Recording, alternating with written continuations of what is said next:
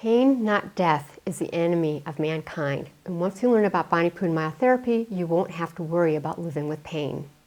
I'm Lori Drummond, certified Bonnie Prudden myotherapist, and Dottie is going to help us teach you how to erase knee pain. Most general knee pain comes from the two muscle groups, one in the front of the thigh and one in the back of the calf. We're going to start in these large quadricep muscles. And if you were a kid and somebody squeezed you on the knee and yelled horse bite and made you jump, that's about where we'll be using our guidelines for trigger points in the quadriceps. We'll start with where your finger would be, right on the outside of the leg, just above the knee. We're going to use our elbow, put your elbow down, roll over onto your point, get your shoulder forward, and relax into it. You're looking for a point that's sensitive, and on a scale of 1 to 10, you don't want to go over a 7, so you always have to get feedback from the little body underneath you. And you're holding for about 7, which is about how long it takes to diffuse that point. From here, we're going to use that groove, follow that groove as your guideline, right up the outside of the leg, elbow down, roll over, get your shoulder forward of your elbow. That's what makes your point angle back towards the center of your leg so that you can lean into it instead of having to pull back towards the center line. And we'll hold that for about 7 seconds.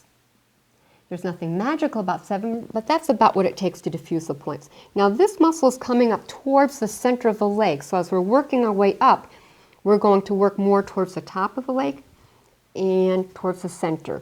So elbow down, roll up onto the point of your elbow, get your shoulder forward, and just relax into it. Make sure your body sinks as a unit. Don't let your shoulder get hung up. That will put trigger points in your shoulders. Now, you always want to do both sides, even if only one side hurts. So from this side of the table, I have a good angle to work on the inside of her leg. I'm going to slide this leg out of the way for you so you can see what I'm doing. The inside of a leg, if we were doing horse bite, would be right about where your thumb would be. We did the outside, now we're doing the inside. So here's her knee. I'm going just above the knee, right on the inside. There's a nice little groove there.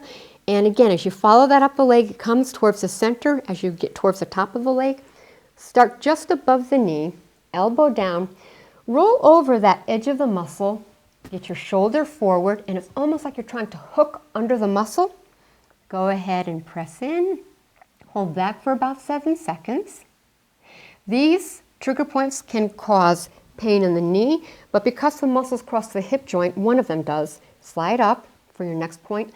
These can also contribute to pain in the hips and the low back. And work your way up as we come up to the top of the leg. Again, that muscle's curving towards you. Roll up, shoulder forward, relax into it. These trigger points are also important if you have varicosities to help get those muscles to let go so that they're not putting even more pressure on the vessels. Okay? To stretch this out, you would go around to the other side, do the outside of the faraway leg, the inside of the leg that's near you if you're standing on that side of the table. Then we'll stretch that muscle group. We're going to bring the knee towards the chest and give it a nice little bounce. The reason for the exercise is you're breaking that muscle's habit of shortening and going back into spasm. So you want to re-educate it. You want to break its habit by reminding it several times throughout the day. Aim for at least 5 to go through its normal resting length and give up that habit of shortening, which makes it more vulnerable to going back into spasm more quickly. Now to get at the next muscle group, your calf, I'm going to have you flip over, face down, and we're going to work on the lower leg. I'm going to work on the leg near me, so for the video, so you can see what I'm doing, I'm going to slide her other leg out of the way, and we're going to start just below the knee. This is a nice, strong muscle in the lower leg, back of the lower leg. We're going to start below the knee, and we're going right down the middle of that muscle. The first one, put your elbow down. When you're working at home, make sure that opposite leg doesn't come up and kick you on the head. And let their feet slide over the edge of the table so that if they have a tight instep, you're not pushing down on the instep. Roll up. This time you're pretty much pressing straight down because we are in the center of that muscle. The first one may not be too bad, but as you slide down closer to the center of the leg, you'll find that these can be really tender. It's right where the two heads of that muscle come together. And just below that, this is that large gastrocnemius muscle. This muscle can contribute to knee pain, but also shin splints.